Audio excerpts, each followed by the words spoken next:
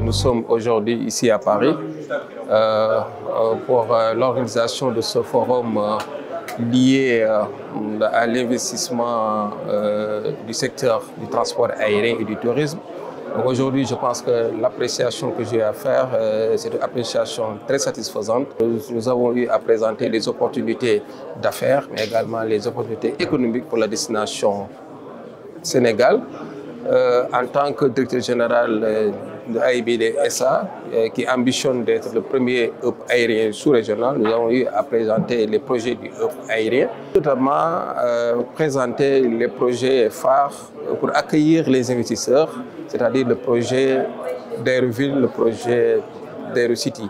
Donc je pense qu'aujourd'hui, je me réjouis d'avoir des manifestations d'intérêt par rapport à des investisseurs français, également des entreprises françaises vraiment qui ont l'ambition de participer à cet élan de développement de nos pays, le premier hub sous-régional.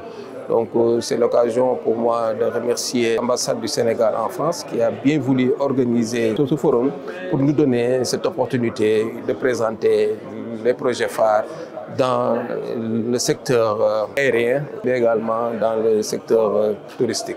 C'est d'abord dire toute ma satisfaction, la satisfaction quand on présente le Sénégal à l'étranger, de voir toute cette dynamique extrêmement positive, les efforts qui sont en train d'être faits, mais les pas de géants que notre pays a réalisés.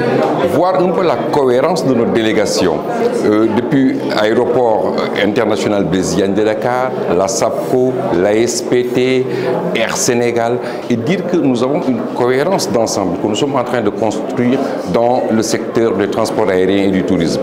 Il nous faut aussi travailler à ce qu'il y ait une infrastructure pour les accueillir.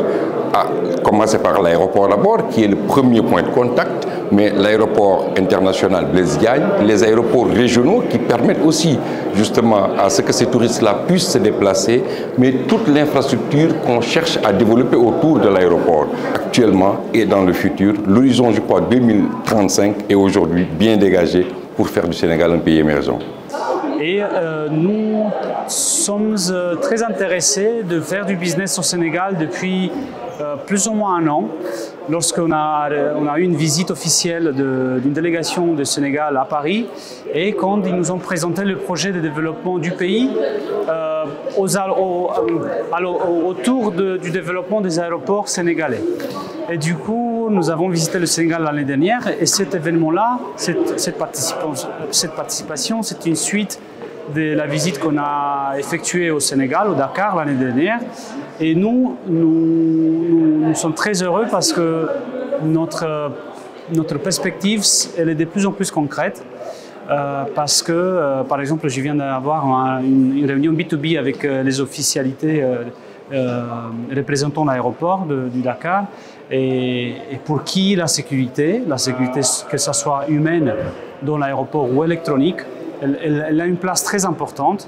Donc du coup, pour nous, c'est une bonne nouvelle parce que ça appuie et ça nous fait avancer dans notre perspective d'ouvrir une filiale au Dakar. Pour ce qui concerne l'aspect aéroportuaire, aviation, etc., puisque c'est le domaine dans lequel on travaille, et je pense vraiment qu'il y a des opportunités importantes pour le Sénégal et pour Air Sénégal.